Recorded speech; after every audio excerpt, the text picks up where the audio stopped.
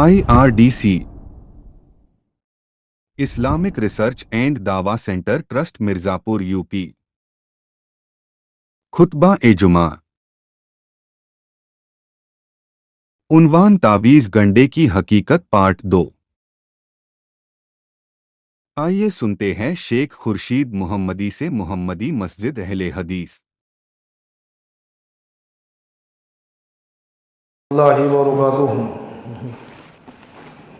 इन्नल हम्दुलिल्लाहि नहमदुहु व नस्तईनुहु व नस्तगफिरुहु व नऊज़ु बिल्लाहि मिन शुरूरि अनफुसिना व मिन सय्यिआति अमालिना मन यहदिहिल्लाहु फला मुदिल्ल लहु व मन युद्लिल फला हादिय लहु व अशहदु अन ला इलाहा इल्लल्लाहु वहदहु ला शरीका लहु व अशहदु अन्न मुहम्मदन अब्दुहु व रसूलुहु अम्मा बाद फ़इन्न खैरल हदीस किताबुल्लाह व खैरल हदी हदी मुहम्मदिन सल्लल्लाहु अलैहि वसल्लम व शर्रल उमूरि मुहदसातुहा व कुल्लु मुहदसतिन बिदअह व कुल्लु बिदअतिन ज़लालह व कुल्लु ज़लालतिन फिन्नार।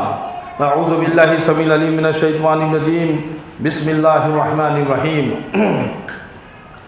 व इयमसस्कल्लाहु बिज़ुर्रिन फला काशिफ़ लहु इल्ला हु व इयमसस्क बिखैरिन फहुव अला कुल्लि शैइन क़दीर। कुरान मजीद सूरह अनाम सूरह नंबर 6 आयत नंबर 17। रब्बि इश्रह ली सदरी व यस्सिर ली अमरी वहलुल उक़दतम मिन लिसानी यफ़क़हू क़ौली। रब्बि ज़िदनी इल्मा, अल्लाहुम्मा रब्बि ज़िदनी इल्मा, आमीन। सारी तारीफ़ें हम्द व सना, किब्रियाई, बड़ाई, प्रशंसा उस अल्लाह रब्बुल आलमीन के लिए लायक ज़ेबा है जिसने ज़मीन व आसमान सारी कायनात को पैदा किया और बाद उसके बेशबहा दरूद व सलाम हो उस नामी इसम ग्रामी अहमद मुजतबा मोहम्मद मुस्तफ़ा सल्लल्लाहु ताला अलैहि व आलिहि वसल्लम पर जिन्हें हमारी हिदायत और रहनुमाई के लिए भेजा गया।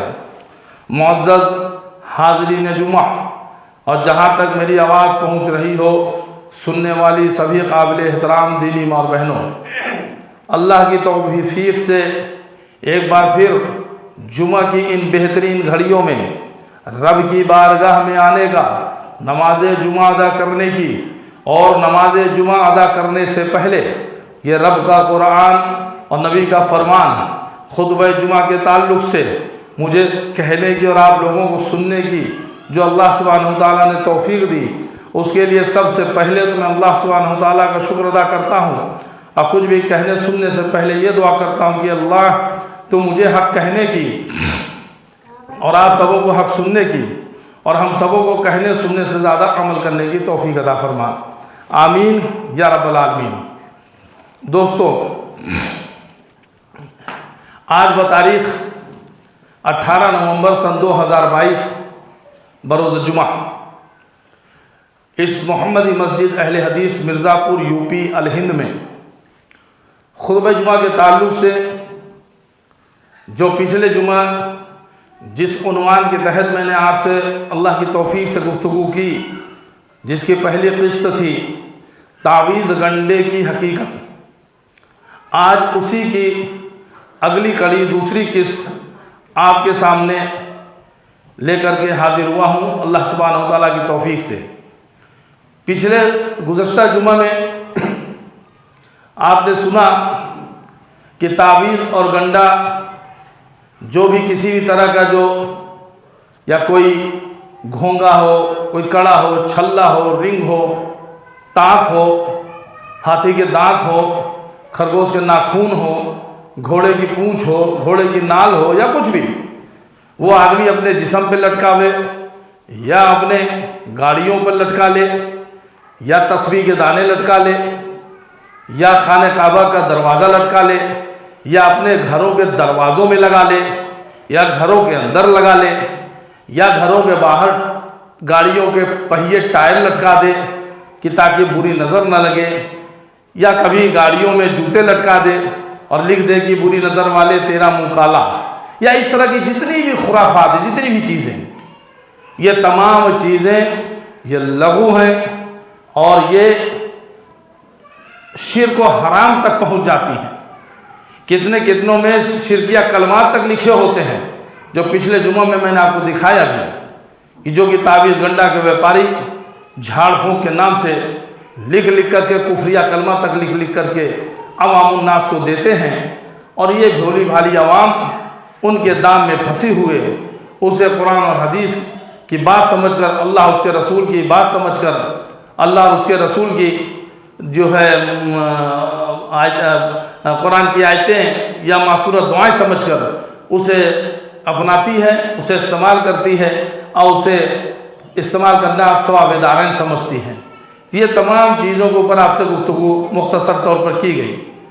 अब उसके बाद आज मैंने बताया कि तावीज़ें दो किस्म की होती हैं, एक तो गैर कुरानी तावीज़ें और एक कुरानी आयतों पर या मासूरत दुआओं को बनी हुई तावीज़ें। तो पिछले जुमा को मैंने आपको बताया जो गैर कुरानी तावीज़ के ताल्लुक से, और इस जुमा को इंशाअल्लाह आज जो है मैं कुरानी आयातों या मासूरत दुआओं की बनी हुई तावीज़ों के ताल्लुक से आपके बीच में कुरान और हदीस की रोशनी में गुफ्तगू करना चाहता हूँ। भाइयों, अभी मैंने आपके बीच कुरान मजीद सूरह अनाम सूरह नंबर 6 आयत नंबर 17 की तिलावत की अल्लाह सुब्हानहू व तआला की तौफीक से। जिस कुरान मजीद में सूरह अनाम की आयत नंबर 17 में अल्लाह ताला इरशाद फरमा रहे हैं कि वइयमसस्कल्लाहु बिजुर्रिन फला काशिफ लहु इल्लाहु वइयमसस्क बिखैरिन फहुव अला कुल्लि शैइन कदीर, कि और अगर तुझको अल्लाह ताला कोई तकलीफ पहुँचाए तो उसका दूर करने वाला सिवाय अल्लाह ताला के और कोई नहीं। यानी अगर कोई तकलीफ कोई मुसीबत हम पर कोई डालता है तो वो सिर्फ और सिर्फ अल्लाह सुब्हानहू व तआला की ज़ात है, वो वाहिद ज़ात है जो किसी पर भी जो मुसीबत, चाहे हम इंसानों पर, जिन्नों पर, चरिंदों पर, परिंदों पर, दरिंदों पर या कहीं भी कोई भी मुसीबत जो डालता है वो तन्हा वो अल्लाह सुब्हानहू व तआला है और कोई नहीं। और अगर तुझको अल्लाह ताला कोई नफ़ा पहुँचाए तो वो हर चीज़ पर पूरी कुदरत रखने वाला है। यानी अगर अल्लाह सुब्हानहू व तआला हमें कोई फ़ायदा पहुँचाना चाहें, कोई नफ़ा पहुँचाना चाहें, हमें कोई चीज़ जो है हमारे लिए अल्लाह ताला कोई तजवीज़ करे, कोई हमें दे अता करना चाहे तो उसके हाथ को रोकने वाला भी कोई नहीं है। उससे हमारे उस नफ़ा को कोई कहते नहीं। कभी कभी सुना होगा आपने, क्या मौलवी साहब क्या बताएं, ये हमारी दुकान बहुत अच्छी चल रही थी लेकिन ये किसी ने हमारी दुकान को बांध दिया है। यार मौलवी, वो तो छोड़िए, मौलवी साहब लगेंगे बताने। ऐसा है कि आप बोलें कि आपका कारोबार नहीं चल रहा है, दुकान पहले चलती तब नहीं, आपके दुकान को बांध दिया गया है। तो जान लीजिए कुरान मजीद सूरह 6 सूरह अनाम आयत नंबर 17 की रोशनी में अल्लाह सुब्हानहू व तआला अगर हमें कोई फायदा देना चाहे तो उसे कोई रोक नहीं सकता है। मिसाल के तौर पर अल्लाह सुब्हानहू व तआला ने, आज जुमा का दिन है, हमने दुकान खोलनी है, अल्लाह सुब्हानहू व तआला ने आज के दिन में हमारी किस्मत में, हमारी तकदीर में यह मुकद्दर किया हुआ है कि आज वो हमें सुबह से शाम हम दुकान में बैठेंगे तो हमें 1000 रुपये वो देगा। तब उसे कोई भी वो जादू करके, बांध के, टोना करके, बुरी नजर करके किसी भी तरह से उस 1000 को 999 नहीं कर सकता है और न उस 1000 को 1001 कर सकता है। न वो कोई घटा सकता है न कोई बढ़ा सकता है। तो अल्लाह सुब्हानहू व तआला जो हमें फायदा पहुंचाना चाहे तो उसे कोई रोकने वाला नहीं है। और अल्लाह सुब्हानहू व तआला अगर हम पे कोई मुसीबत डाले तो उसे सिवाय उस अल्लाह सुब्हानहू व तआला के कोई हटाने वाला भी नहीं है।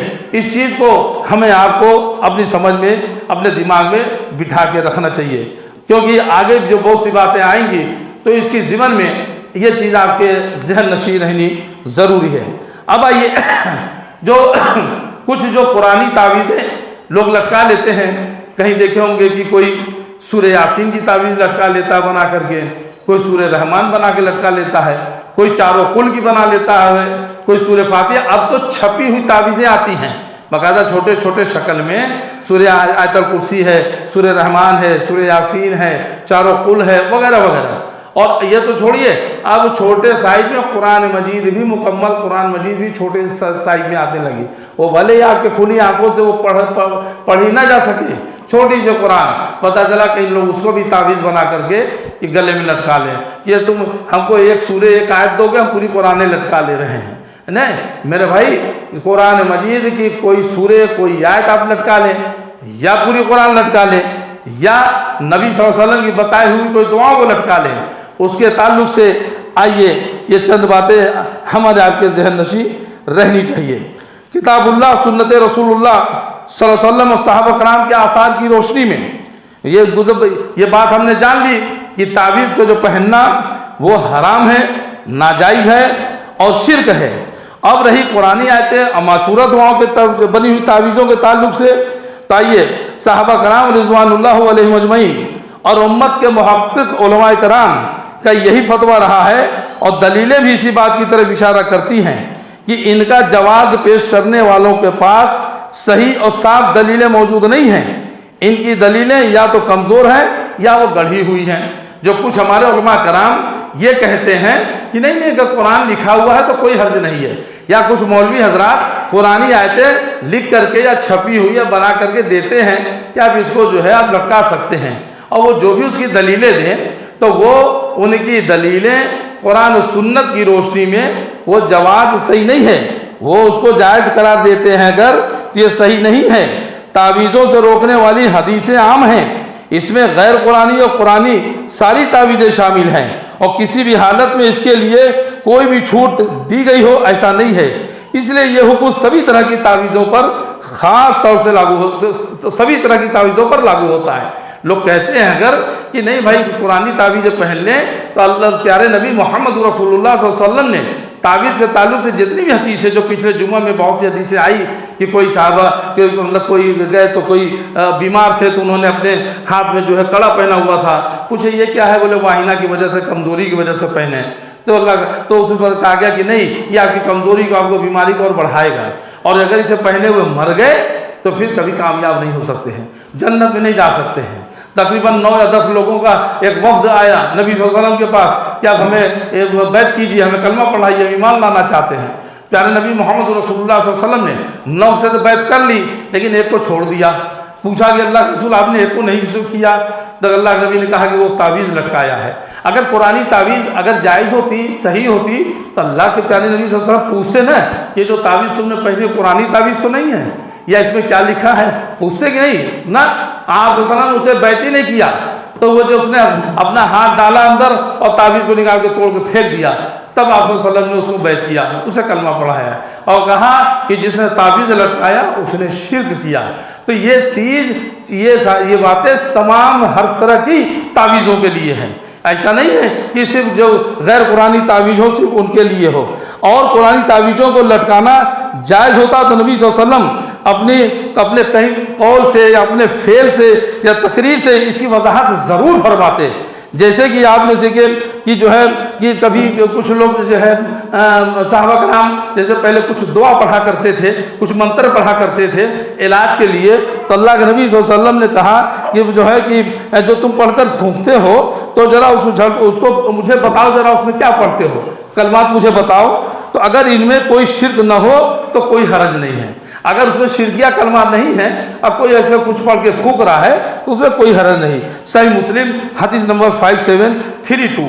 तो पता ये चला कि अगर कोई ऐसे कलमा, तो मिसाल के तौर पर कि अगर मैं अपने भाषा में उर्दू में दुआ मांगूँ कि अल्लाह सुब्हानहू तआला ये जो मरीज़ हैं अल्लाह इनको तू शिफा दे दे, अल्लाह इनको तू जो है इनकी बीमारी को दूर कर दे, अल्लाह इनकी तकलीफ़ों को दूर कर दे, ये हम अपनी भाषा में हिंदी में मांग रहे हो या उर्दू में मांग रहे हो, या कोई बंगाली हो बंगला में मांग रहा हो, या कोई कन्नड़ वाला हो कन्नड़ में मांग रहा हो, या कोई तेलुगु में, कोई तमिल में, कोई मलयालम में, कोई तरह की ज़बान में वो अगर मांग रहा हो और उसमें कोई शिरकिया कलमा नहीं है तो उसमें कोई हर्ज नहीं है। अल्लाह के नबी सल्लल्लाहु अलैहि वसल्लम ने उसके लिए कोई जो है रोक टोक नहीं लगाई है। और आप सल्लल्लाहु अलैहि वसल्लम ने इस तरह की बात तावीज़ों के बारे में नहीं कही कि अगर तावीज़ कुरान और साबित शुदा दुआओं से हो तो कोई हरज नहीं, ऐसा आप सल्लल्लाहु अलैहि वसल्लम ने कहीं नहीं कहा है। इसलिए जो है हर तरह की तावीज़ को जो है वो शिर्क करार दिया गया है, और हर तरह की तावीज़ जो है यह किसी भी सूरत में जायज़ नहीं कही जाएगी। तावीज़ों के ममानियत के सिलसिले में कई साहबा कराम रिज़वानुल्लाह अलैहिम के फतवे मौजूद हैं, जैसा कि साहबा कराम रसूलुल्लाह सल्लल्लाहु अलैहि वसल्लम के तरीक़ों को दूसरे की निस्बत ज़्यादा बेहतर जानते थे। इब्राहिम नख़ई रहमतुल्लाह अलैह फरमाते हैं कि वो सहाबा और ताबईन हर तरह की तावीज़ को हराम कहते थे, चाहे वो कुरान से हो या गैर कुरान से। मुसन्नफ़ इब्न अबी शैबा हदीस नंबर 23467 23,467। तो ये कि जो ताबई वगैरह भी थे वो भी कहते थे कि नहीं, सहाबा कराम जो हमसे आपसे ज़्यादा अल्लाह के नबी सल्लल्लाहु अलैहि वसल्लम की बातों को जानने वाले थे, वो हमसे आपसे ज़्यादा इल्म समझते थे नबी सल्लल्लाहु अलैहि वसल्लम की बातों को, तो उन्होंने हर तरह की तावीज़ को जो है वो नाजायज़ समझा है। हर तरह की तावीज़ को जो है वो ये समझा है कि नहीं, वो जायज़ नहीं है, किसी सूरत में नहीं है। और इस्लाम का एक अहम उसूल किसी भी तरह के फसाद को ख़त्म करना, यानी बिगाड़ के रास्ते को बंद करना है, जो शरई एतबार से वाजिब है। इसीलिए कुरानी तावीज़ों से दूर रहना वाजिब होगा, ताकि शिरकिया तावीज़ कुरानी तावीज़ के नाम से आम न हो जाए, जैसा कि हो रहा है कि बहुत कम तावीज़ ऐसी मिलेगी जो शिरकिया और कुफरिया कलमात से न बनी हो, और इस तरह की कुरानी तावीज़ के नाम पर मुसलमानों में शिर्क फैल रहा है। इस्लाम में आप देखें, कोई भी चीज़ जो फसाद की जड़ हो, जिससे फसाद या फितना फैलता हो, फैलने का अंदेशा भी हो, उसको इस्लाम ने वहीं पे काट दिया है, वहीं पे काट दिया है। अगर इस्लाम में ऐसा कुछ होता कि पुरानी तावीज़ पहना दिया, ऐसा कुछ जो है, तो आप सोचिए ना, कितने लोग अभी भी कोई तावीज़ अगर पहने होता है, तो अगर मुसलमान है तो मुसलमान दूसरे मुसलमान को, तो वो ये सोचता है कि इसमें कोई कुरान की आयत लिखी होगी, ऐसा ही उसका गुमान होता है। वो ये सोचता है कि इसमें कुछ कुरान की आयतें लिखी होगी। अरे आप क्यों अगर किसी की तावीज़ उतरवा के आप कहीं फेंकवाइए, अरे फेंकवा है, पता नहीं उसमें कुरान की आयत लिखी हो, पता है उसमें क्या हो। अरे जनाब, मैं कह रहा हूँ कि आप अगर कभी किसी के तावीज़ों को उतरवाइए और उसको खोलिए और कैंची से काट के निकालिए और खोल के देखिए, आजमाइए कभी। अरे मैंने तो कहाँ जब कभी बाहर गया हूँ, महाराष्ट्र के अंदर भरी मस्जिद के अंदर बात हो रही थी, मैंने वहीं पे कहा कि जाओ वो तावीज़ पहनो आ जाओ। तो एक लड़का था, वो पहले वो आ गया, मैंने वहीं पे सबके सामने मजमे में उसकी तावीज़ काटा और काट के निकाला, तो अंदर से एक जैसे बैर का बिया होता है, इस तरह का कुछ निकला। तो मैं बताओ ये क्या मेरी अम्मा ने दिया था कि पहले रहो तो बीमारी से ठीक रहो या नज़र नहीं लगेगी। और ये बिया से या इससे लोग उसे भी कुछ, अब वो उसको शायद, उसको बेचारे को शायद ये भी नहीं पता होगी इसके अंदर क्या है। कहीं आप खोल के देखेंगे तो कहीं राख निकले भभूत, कहीं देखेंगे नहीं कुछ मिलेगा तो गुटखा का जो है पन्नी और रैपर हो सकता है कहीं उसके अंदर बंधा हो, कहीं किसी तरह के कागज, कहीं पता चला लिखा, कहीं नहीं पहले लिखा था लेकिन ज़ाफ़रान से लिखा था, उड़ गया। अब उड़ गया तो इसको कागज लटका के क्या कर रहा है तू? अगर मान लो थोड़ी देर के लिए अगर होता भी उससे तब तो उड़ गया, क्यों उड़ा दे? नहीं, उसको लटकाए रहेंगे। और आप सोचिए जरा, अभी ये कपड़ा हम पहनते हैं, अगर 1 दिन 2 दिन 3 दिन, कितने दिन हम पहन सकते हैं बगैर धोए हुए? 2 दिन 4 दिन 5 दिन 1 हफ्ता आपको बदबू आने लगेगी, उतार के रख देंगे कि धो करके तब मतलब कि पहने कपड़े को बदलेंगे। लेकिन तावीज़ जो पहनते हैं उसमें जो कपड़ा होता है उसको आप बदलते हैं? कभी खोल के उसको आपने बदला? कभी उसको उतार के निकाल करके दूसरा कपड़ा चढ़ाया? कभी देखा आपने? जो धागा है लपेटे रहते हैं उसको कभी देखा कि आपने निकाल के उसको बदले हो?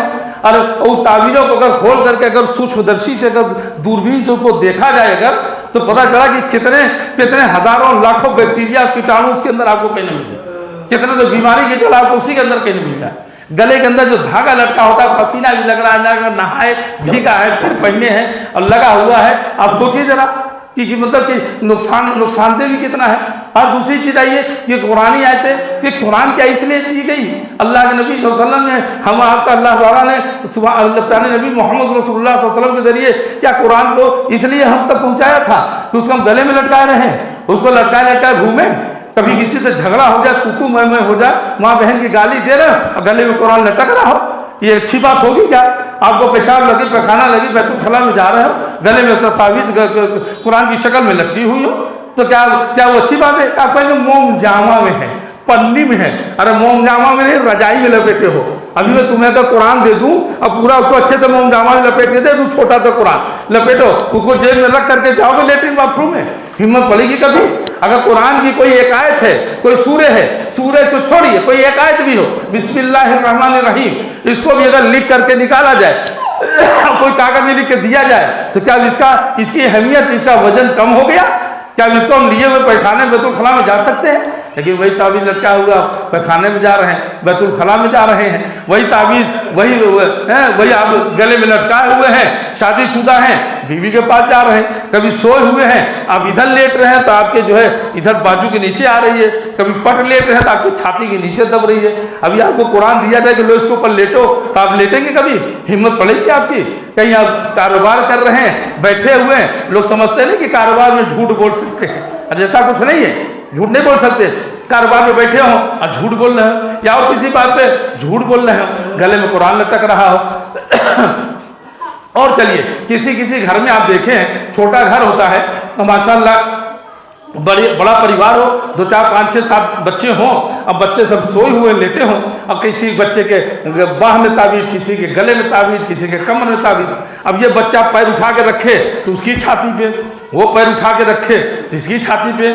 कभी छोटे बच्चे हैं सोते में पेशाब कर देते हैं, अब कभी वो पता चला पैर रखे तुल तुल तुल तुल तुल तुल तुल तुल वो पेशाब किया तो इसकी ताबीज़ भीग रहा है, वो पेशाब किया तो उसकी ताबीज़ भीग रहा है। तो कुरान की इसलिए कि आप उसको अपने सीने पे अपने गलों में लटकाकर पेशाब कराते फिरे? नहीं मेरे भाई, नहीं। कुरान इसलिए नहीं है, बल्कि कुरान इसलिए है कि कुरान को पढ़ा जाए, उस पर अमल किया जाए, उसके मुताबिक ज़िंदगी गुजारने बसर करने की कोशिश की जाए, उसकी दावत को आम किया जाए, दूसरे लोगों तक पहुंचाया जाए। तो यह कुरान की तावीज़ें किसी भी सूरत में जायज़ और हलाल नहीं कही जा सकती है। और आइए, कुरान करीम तिलावत करने, उस पर अमल करने वगैरह के लिए आई हुई है। ये और याद रहे कि आसमानों और ज़मीन के उस मालिक, उस कहार और जब्बार के नाजिल की हुई इस अजीम किताब के साथ ये सुलूक शर्मनाक और अफसोसनाक है, और ये हमारे लिए बहुत ही नुकसानदेह वाली चीज़ है। तावीज़ पहनने के और पहनाने के सिलसिले में मुसलमानों को मसनून दुआएं पढ़कर दम करने और फूंकने से जो है ये गाफिल कर देता है। फिर आदमी कौन जाएगा कुरान की दुआ आयतों को याद करने, कौन जाएगा मासूरा दुआओं को याद करने? किसको पढ़ा जाए, अपने ऊपर दम कर लिया जाए, किसी में पानी में दम करके उसको पी लिया जाए, जो कि जायज़ है। अब देखिए, दम और फूंक ये 2 चीज़ें हैं। फूंक लोग सोचते हैं कि कोई चीज़ ले लिया, ये दम है, दम ये नहीं है। तिफ दम जो होता है, दम आप जैसे आपने पढ़ा सूरह फातिहा, औज़ु बिल्लाहि मिनश शैतानिर रजीम, बिस्मिल्लाहिर रहमानिर रहीम, अल्हम्दुलिल्लाहि रब्बिल आलमीन अर्रहमानिर रहीम, पूरा सूरह फातिहा आपने पढ़ लिया। अब पढ़ के जब आप दम करें किसी खाने पीने की चीज़ पर, तो आपके ज़बान के लुआब जो है हल्का सा थुतकार होना चाहिए, हल्का सा थुतकार हो। अब ये नहीं कि कल जाके सूरह फातिहा पढ़ के खकार के थूक दो, करिए खुर्शीद भाई ने कहा था, ऐसा नहीं, हल्का सा थुतकार हो। और ये भी याद रखें, ये गुटखा खोर, सिगरेट पीने वाले, बीड़ी पीने वाले और ये तंबाकू खैनी गुलमंजन, इनका थुतकार नहीं पता चला को सिगरेट बीड़ी गुटखा उसी में थूक देंगे और पता चला तो वो भी नुकसानदेह हो, आपको भी दे दे नुकसान पहुंचे। नहीं, जो इन सब चीज़ों को नहीं इस्तेमाल करते हो, जो हलाल चीज़ें खाते हो, पाक तैयब चीज़ें खाते हो, हैं तो दम करना ये जायज़ है। तो दम ये होता है जिसमें थुतकार हो। अब फूंक मारना ये मना है। प्यारे नबी मोहम्मद रसूलुल्लाह सल्लल्लाहु अलैहि वसल्लम ने मना फरमाया कि खाने पीने की चीज़ में कभी कभी कोई चाय पीता है, गर्म होता है तो फूंकते हैं, नहीं फूंकना चाहिए। और साइंस भी कहती है कि हम सांस लेते हैं तो ऑक्सीजन निकालते हैं तो कार्बन डाइऑक्साइड, जो कार्बन डाइऑक्साइड अपने खाने पीने की चीज़ों में हम न डालें। और जब तिफ्ल होता है, जब आप थूकते हैं तो आप ट्राई करिए, देखे कभी, तो ये आपके सांस की नली बंद हो जाती है।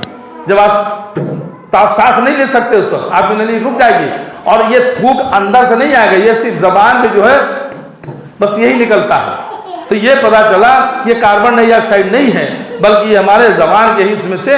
तो ये तिफली, ये दम आप कर सकते हैं। और कुरानी तावीज़ के बारे में उलमा कराम ने जो है, अक्सर उलमा ने इसको हराम करार दिया है, और कुछ उलमा इसमें इख्तलाफ करते हैं, कहते हैं कि नहीं कर सकते हैं, लेकिन इसके बावजूद भी ये सुबह का काम है। और सुबह के ताल्लुक से तिरमिज़ी की हदीस है, हदीस नंबर 2518, प्यारे नबी मोहम्मद रसूलुल्लाह सल्लल्लाहु अलैहि वसल्लम ने इरशाद फरमाया, ऐसा काम जो सुबह में डाले, जो शक में डाले, जो शंका में डाले, उसे छोड़कर ऐसा काम करो जो सुबह में न डाले। तो सुबह वाली चीज़ को छोड़ दो, अगर थोड़ी देर के लिए कुछ ऐसा अगर है भी लोगों के अंदर इस तरह से कह रहे हैं तो उसको छोड़ भी देना चाहिए हमें कि हाँ नहीं इस तरह के ना हम ये काम को न करें। अब एक चीज़ और आई है कि कुछ लोग ये दलील लेते हैं कि कुरान मजीद सूरह इसरा और आयत नंबर 82, सूरह इसरा बनी इसराइल को सूरह इसरा भी कहते हैं, तो बनी इसराइल सूरह बनी इसराइल या सूरह इसरा की आयत नंबर 82 में अल्लाह ताला ने इरशाद फरमाया वनुनज़्ज़िलु मिनल कुरआनि मा हुवा शिफ़ाउन व रहमतुल लिल मुमिनीन वला यज़ीदु ज़ालिमीन इल्ला खसारा। ये हमने कुरान को नाजिल किया है, वनुनज़्ज़िलु मिनल कुरआनि मा हुवा शिफ़ा, और जिसमें शिफा रखी है, कुरान में शिफा है, मा हुवा शिफ़ा रहमतुल लिल मुमिनीन, जिसमें शिफा है और रहमत है मोमिनों के लिए। याद रखिए, मोमिनों के लिए रहमत और शिफा है, जो मोमिन होंगे उनके लिए। कभी कभी नहीं, आप प्यारे नबी मोहम्मद रसूलुल्लाह सल्लल्लाहु अलैहि वसल्लम ने कहा कि जो है जिस घर में सूरह बकरा की तिलावत की जाए उस घर में शयातीन नहीं दाखिल होते। अरे मौलवी साहब 2 महीने से हम सूरह बकरा पढ़ रहे हैं, लेकिन फिर भी जो है हमारे घर में बपा नहीं जा रही, बला नहीं जा रही है, ये शैतानी हरकत नहीं जा रही है। तो क्या कहना चाहते हो कि प्यारे नबी मोहम्मद रसूलुल्लाह सल्लल्लाहु अलैहि वसल्लम ने जो बात कही गलत कही? माज़अल्लाह, ना ना ना ना ना, आपने सही कहा है, तुम्हारे हमारे पढ़ने में कोई खलल हो सकता है। अल्लाह ताला ने कहा वनुनज़्ज़िलु मिनल कुरआनि मा हुवा शिफ़ाउन व रहमतुल लिल मुमिनीन, जिसमें शिफा है और रहमत है मोमिनों के लिए, वला यज़ीदु ज़ालिमीन इल्ला खसारा, और खसारा है जालिमों के लिए। जो जालिम हैं, जो जुल्म करते हैं अपने ऊपर या दूसरे के ऊपर, वो शिर्क करके, बिदअत करके, कुफ्र करके या गुनाह करके वो जुल्म कर रहे हैं अपने ऊपर या दूसरे ऊपर, उनके लिए खसारा भी है। तो कुछ लोग कहते हैं देखिए कुरान में अल्लाह ताला ने कहा कि रहमत और शिफा है, तीसरे कुरान को लटका सकते हैं, ये दलील देते हैं। तो उनकी दलील का जवाब भी आप सुनते चलिए कि प्यारे नबी अल्लाह सुब्हानहू व तआला ने कुरान मजीद सूरह नहल आयत नंबर 69, कुरान मजीद सूरह नहल आयत नंबर 69 में अल्लाह सुब्हानहू व तआला ने शहद के ताल्लुक से इरशाद फरमाया है कि उनके यानी शहद की मक्खियों के पेट में से रंग बिरंग का मशरूब निकलता है, इसमें लोगों के लिए शिफा है। यानी शहद की मक्खी में से जो मक्खी के पेट से रंग बिरंग मशरूब निकलता है, वो शहद निकलता है। अल्लाह सुब्हानहू व तआला कुरान मजीद में शहद के ताल्लुक से कह रहे हैं मेरे भाई सूरह नहल आयत नंबर 69 में कि उसमें शिफा है, शिफा है, शिफा है। कुरान में अल्लाह ने कह दिया शहद में शिफा है। एक हदीस आपको याद होनी चाहिए, प्यारे नबी मोहम्मद रसूलुल्लाह सल्लल्लाहु अलैहि वसल्लम के पास एक कोई आए सहाबी का कि अल्लाह के नबी, गालिबन ये था कि मेरे भाई के पेट में दर्द है, तो आपने कहा कि उसको शहद पिलाओ। तो क्या शहद पिलाया कि अल्लाह के नबी शहद पिलाया, लेकिन उससे आराम नहीं मिला। तो दोबारा क्या अल्लाह के नबी ने कहा जाओ उसे फिर शहद पिलाओ, फिर शहद पिलाया, फिर आराम नहीं मिला। फिर तीसरी बार आ रहे कि अल्लाह के नबी उसको शहद पिलाया, आराम नहीं मिल रहा है। तो प्यारे नबी मोहम्मद रसूलुल्लाह सल्लल्लाहु अलैहि वसल्लम ने कहा कि अल्लाह का कलाम सच्चा है, तेरे भाई का पेट झूठा है। जब फिर से शहद पिला, फिर पिलाया तो शिफा हो गई। अल्लाह सुब्हानहू व तआला ने शहद में शिफा रखी है। अगर आप शिफा के नियत से पिएंगे, शिफा के नियत से खाएंगे, अगर आप कुछ नहीं 2 चम्मच अगर शहद है उसमें थोड़ा कलौंजी भी मिला लें, मंगरेल जिसको बोलते हैं, पीस के उसको मिला लें, आधा चम्मच मिला कर रोज पिए इंशाल्लाह, जिसके ताल्लुक से सही बुखारी की हदीस है। प्यारे नबी मोहम्मद रसूलुल्लाह सल्लल्लाहु अलैहि वसल्लम ने इरशाद फरमाया कि जो कलौंजी में सिवाय मौत के हर मर्ज की दवा है, शिफा उसमें। तो जिसमें अल्लाह उसका रसूल बता दे शिफा है, उस चीज को अगर हम शिफा समझ के खाएं, इस्तेमाल करें, इंशाल्लाह हमें फायदा देगी। तब अल्लाह ताला ने कहा कि शिफा है, कुरान में कहा शिफा है तो कुरान लटका ले, शहद में कहा शिफा है तो शहद की शीशी लटका लेंगे आप, लटका के क्या 1 किलो आधा किलो का बोतल घूमेंगे? तो अल्लाह ने कुरान में कहा कि शिफा है, शिफा है। नहीं मेरे भाई नहीं, ये दलील पकड़ना ये किसी माने में सही नहीं है। और एक चीज याद रखें, वो अल्लाह रब्बुल आलमीन है मेरे भाई, वो अल्लाह ताला है जिसने जमीन और आसमान बनाया, जिसने पूरी कायनात बनाया है, जिसके एक एक चीज पर अगर आप कभी गौर फिक्र करें कि इसमें कितनी यानी एक एक बनावट में अगर आप तो आप कराओ कि आपका दिमाग, हमारा दिमाग घूम जाता है, हमारा दिमाग सोचने समझने से कासिर हो जाता है। ये कैसे? वो अल्लाह ताला, वो अगर हमें कोई चीज दे, मुसीबत दे, कोई हटा देगा? वो हमें कोई फायदा देना चाहे फिर उसे रोक लेगा? या ये पिद्दी के शोरबा, ये कोई मुल्ला मौलवी के नाम से या इस तरह नाम से कोई हमें वो उल जलूल चीजें लिख के दे दे, वो कोई कह लीजिए कि राख भभूत दे दे या कुछ भी दे दे, हम खाने वो उनको फायदा करेगा? वो अल्लाह रब्बुल आलमीन मेरे भाई। अभी मैं आपको बताऊं, अभी आप देखते होंगे कभी कि केबीसी नाम का एक प्रोग्राम आता था जिसमें कि एक अमिताभ जो बैठते उसके सामने कुछ लोग बैठते हो और सवाल जवाब होता था। तो उसके सामने एक साइंटिस्ट आया था, ये अपने इंडिया की बात है, भारत की बात है, हिंदुस्तान की बात है। वो साइंटिस्ट आया, वो कंप्यूटर इंजीनियर था, उत्तराखंड में इरीज के नाम से जो Aryabhatta research institute of observation sciences, उसका पूरा फुल फॉर्म है ARIES। आप गूगल पे जाके सर्च करें, यूट्यूब पे जाके सर्च करके मारे। 2016 में नरेंद्र मोदी प्रधानमंत्री जी ने उसके ताल्लुक से ये कि उसको जो है फॉरेन से उसमें जो है टेलीस्कोप जो है देखने के लिए उसको कह लीजिए कि आयात किया गया है, और उसको आयात किया गया, और उसमें ये समझ लीजिए जो है इतनी पूरी दुनिया के अंदर जितने भी टेलीस्कोप हैं, खगोल शास्त्र जो होता है, खगोल विज्ञान, उसके तहत ये सब आता है कि आसमान और अंतरिक्ष और ग्रह और सबको देखना, और चांद सितारों को सबको देखना। तो दूरबीन ऐसे से बनाए गए हैं, तो पूरी दुनिया में जो दूरबीन, उसमें दूसरे किसी की दूरबीन के टक्कर का ये दूरबीन जो उत्तराखंड में ये है, इसके ताल्लुक से कि इसमें जो चीज जो दूरबीन से देखा गया है वो देखिए। इसलिए आपको बता रहा हूं कि आपने हमारे हिंदुस्तान की बात है, हमारे भारत की बात है, और अभी समझता हूं वो शख्स अभी जिंदा भी होगा और उसकी वीडियो भी मौजूद है, और देखिए कि उसको जरा उसकी बातें सुनिए, और उसकी रिसर्च पर, साइंस पर बहुत भरोसा है ना, साइंस पर यकीन करते हो ना, तो सुनो उसके ताल्लुक से भी सुनो। उसने दिखाया, फोटो दिखाया जैसे कोई ज्वालामुखी फूट रही हो, पूरा ऐसा इस तरह से। तो पूछा गया कि ये क्या है, बोले ये सुपरनोवा है, ये सुपरनोवा। तो सुपरनोवा क्या होता है कि आसमान में जब कोई तारा फूटता है तो उसमें जो लावा गैस वो सब निकल के फैलता है, तो ये उसी की फोटो है। अब पता है कि बोले कि ये अच्छा ये फोटो है वहां का, कहीं कितनी दूरी होगी, कहें आप सोच सकते हैं इसकी दूरी कितनी है, कहें जमीन से 6500 लाइट ईयर यानी प्रकाश वर्ष की दूरी है। प्रकाश वर्ष समझ में आता है? नहीं मालूम है। प्रकाश वर्ष बोलते हैं जैसे सूरज की रोशनी है, प्रकाश वो जब जमीन पे आती है तो उसकी जो स्पीड होती है, यानी रोशनी की स्पीड, एक साल में जो स्पीड चलेगी, एक साल तक वो एक प्रकाश वर्ष माना जाता है। और ये प्रकाश वर्ष एक सेकंड में, इसकी दूरी 3 लाख किलोमीटर है। एक सेकंड में 3 लाख किलोमीटर ये जाती है। अब उसको जरा गुणा कर लीजिए अगर 60 से, तो 60 एक मिनट में वो 180 लाख किलोमीटर जाएगी। एक मिनट में 180 लाख किलोमीटर। अब जोड़िए जरा 180 लाख किलोमीटर वो एक मिनट में, तो एक घंटे में कितना जाएगी, तो 10,800 लाख किलोमीटर एक घंटे में जाएगी। जब एक घंटे में जाएगी तो 24 घंटे में, एक दिन में कितना स्पीड होगी, तो 24 दिन में 2,59,200 किलोमीटर एक दिन में। और जब ये एक दिन में इतना है तो 365 दिन, एक साल में कितना जाएगी, जो हमारा लोगों का साल है, तो वो एक साल में जाएगी 9,46,08,000 लाख किलोमीटर ये जाएगी एक साल में। तो ये एक साल हुआ। अब इसका प्रकाश वर्ष जोड़ लीजिए, 6,500 प्रकाश वर्ष। अकल गुम होने लगती है। अल्लाह अकबर। और उतनी दूर, और अल्लाह ने हमें यह अकल दे दी। इंसान ने यहां जमीन में बैठकर वो टेलीस्कोप बना लिया, दूरबीन, इतनी दूरी वो यहां से बैठ के देख रहा है।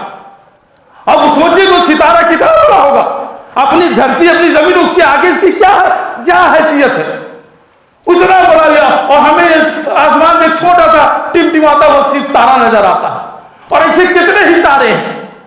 और वो जब फूटता है उससे जो लावा, जो गैस निकलता है, उसका फोटो यहां से बैठ करके वो इंसान जो है वो खींच रहा है। सोचिए मेरे भाई, ये आंखें हमें अल्लाह ने दी है, ये दिमाग दिया है ना। अब आंखों से, दिमाग से ऐसी चीजों को बनाया है। जाइएगा थोड़ा सा सर्च मारिए, यूट्यूब पे मारिए, जरा देखिए, दिमाग एकदम देख करके अल्लाह, इतना बड़ा उसको करीब 3.5 मीटर कितना बड़ा है उसको करके, या 6.5 मीटर कितना लंबा जो घोड़ा। अमिताभ बैठ के सुन रहा था, कह रहे मुझे अब तो खेल से ज्यादा मजा तो मुझे इसी में आ रहा है। वो अरे गॉड, अरे भगवान, इतना सब देख के सबका हालत होगी नहीं, इतना दूर।